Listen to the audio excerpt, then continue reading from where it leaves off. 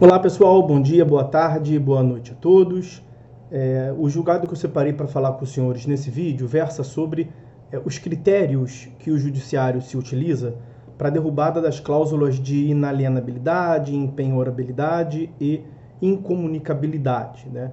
É um julgado eminentemente de direito civil, mas repercute no direito processual, naturalmente, pela questão da empenhorabilidade. Eu estou me referindo ao recurso especial 2.022.860, oriundo de Minas Gerais. RESP 2022-860. Como de costume, a referência completa do julgado, bem como a ementa, vocês vão encontrar na descrição do vídeo. O que nós tivemos aqui, do ponto de vista fático, que emoldura a pretensão que chegou até o STJ? Nós tivemos na origem, lá nos fatos, uma fazenda doada de pai para filho, com as cláusulas de inalienabilidade e de empenhorabilidade, instituídas em caráter vitalício, quer dizer, enquanto o donatário, filho, estivesse vivo.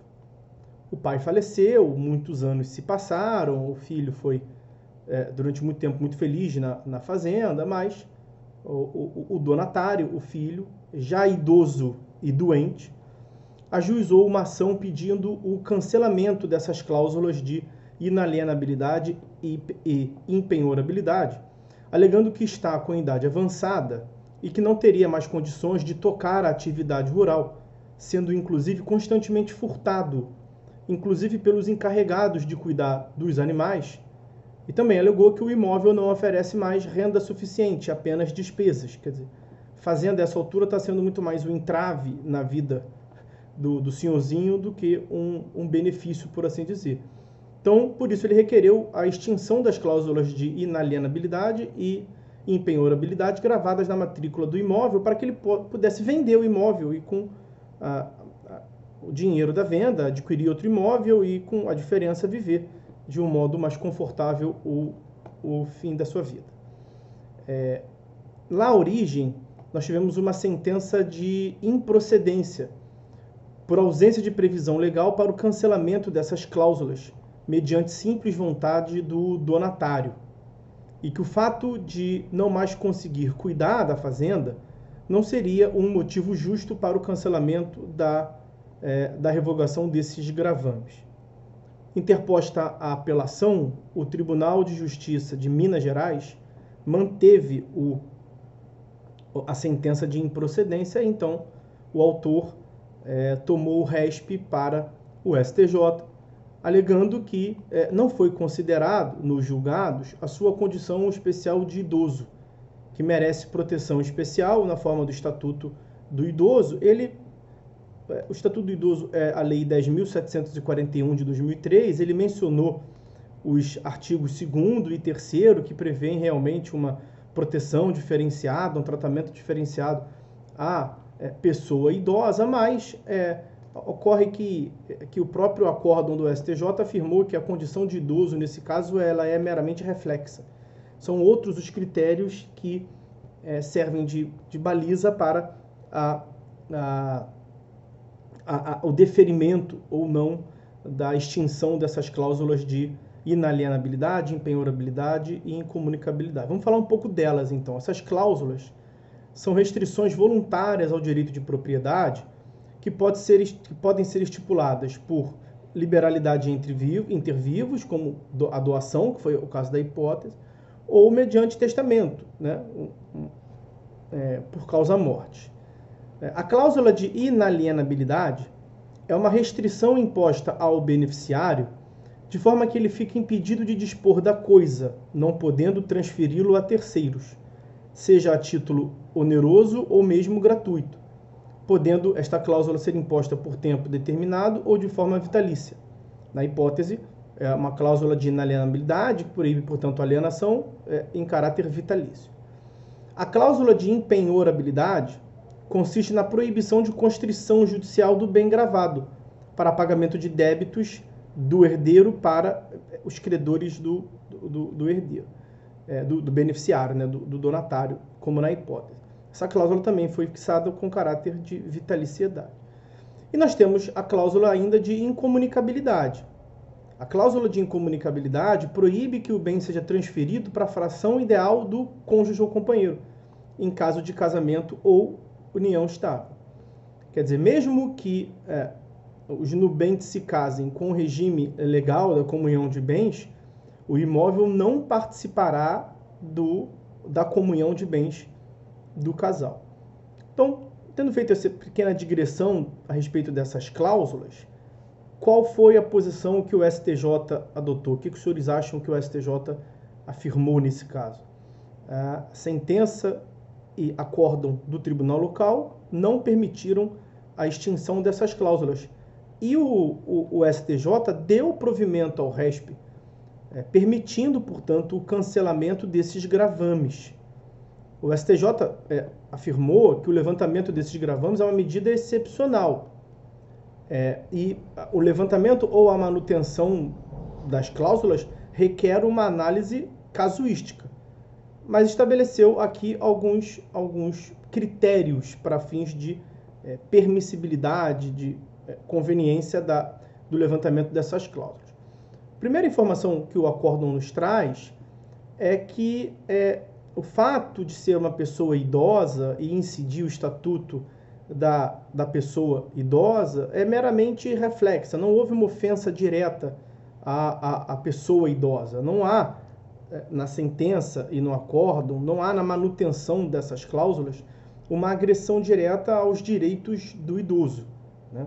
Apenas, portanto, em caráter reflexo ou indireto é que se pode cogitar que a pessoa idosa teria um favorecimento ou preencheria um desses requisitos com mais facilidade. Então, o que importa é ver quais são os requisitos que o STJ fixou como parâmetro para a permissão do levantamento ou do cancelamento dessas cláusulas de inalienabilidade e impenhorabilidade.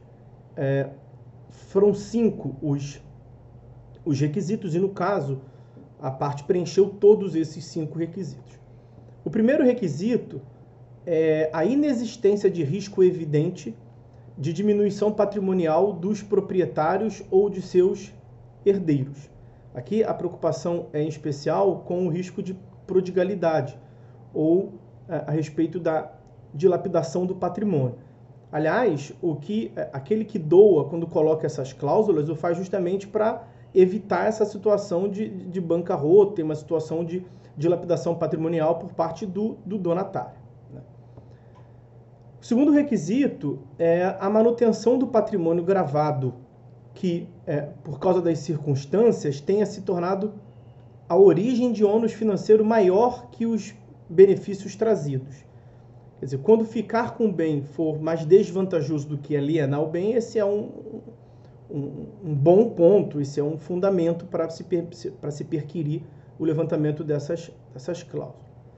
O terceiro parâmetro é a existência de real interesse das pessoas cuja própria cláusula visa a proteger. Ou seja, quando o levantamento dessas cláusulas de impenhorabilidade, inalienabilidade, incomunicabilidade, for trazer um melhor aproveitamento de seu patrimônio e a elevação do seu bem-estar, né? A intenção de quem institui essas cláusulas é justamente pensar nesse fator do bem-estar, de uma vida um pouco mais favorecida do beneficiário. Então, se ficar demonstrado que o levantamento não vai afetar, muito pelo contrário, vai promover um bem-estar ainda maior do que a permanência dessas cláusulas, esse é um fator para levantá-las. O quarto requisito é uma passagem de tempo significativa entre a instituição e o momento do levantamento dessas cláusulas. E, por fim, especificamente nos casos de doação, quando os doadores já tiverem falecido. Então, como nós vimos, no caso concreto, todos esses requisitos foram preenchidos. Não havia indícios de prodigalidade, nem risco exacerbado de que o cancelamento das cláusulas implicaria uma diminuição patrimonial ao proprietário e aos seus herdeiros. Ele ia trocar o patrimônio imobilizado por patrimônio móvel, por espécie, comprar outro imóvel e, com a diferença, viver a sua terceira idade com um pouco mais de conforto. Não havia prejuízo em se permitir que a venda aconteça ainda em vida do donatário, já que ele é uma pessoa idosa e se encontra enfermo, de tal sorte que, com a alienação, ele poderia viver com uma dignidade maior para o seu tratamento, por exemplo, nessa etapa final de vida. No caso dos autos, também ficou demonstrado que a manutenção do imóvel no patrimônio do donatário, do idoso, acabaria por ocasionar prejuízo de manutenção da fazenda. Ele passava por constantes furtos, já era um idoso, morava só ele e a esposa, então ele era alvo fácil para os furtadores. Então, ao invés de lhe causar uma melhora no seu padrão de vida, a manutenção do patrimônio podia agravar o seu patrimônio, né? E, por fim, a alienação aumentaria a chance de que o bem seja empregado com a sua finalidade econômica social, a função social da propriedade. Acaba que, no final da vida do senhor, a fazenda não estava mais produtiva. E aí, com a alienação, além de resolver a questão do ponto de vista do próprio donatário, do autor, haveria ainda, como um fator a acrescentar a razão de provimento do recurso especial, uma atribuição, uma função social da propriedade mais adequada para a hipótese. Então, com base nesses argumentos, o resultado foi cláusulas de inalienabilidade e impenhorabilidade, cancelamento, possibilidade. Artigo 1848 do Código Civil, que eu até separei aqui e não cheguei a lhes mostrar, mas ele também foi utilizado por analogia, vamos assim dizer, não é propriamente específico para a hipótese. O que ele fala aqui de importante é justa causa. Quando houver justa causa, é possível se cogitar do levantamento, e esses parâmetros foram justamente para fins de demonstração da justa causa, né?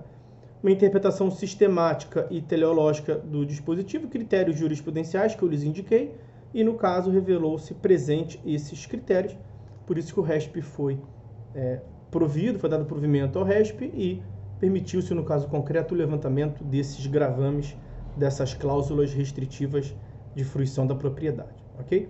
Então, meus amigos, era isso que eu tinha separado para falar com os senhores nesse vídeo. Vamos ficando por aqui, até uma próxima.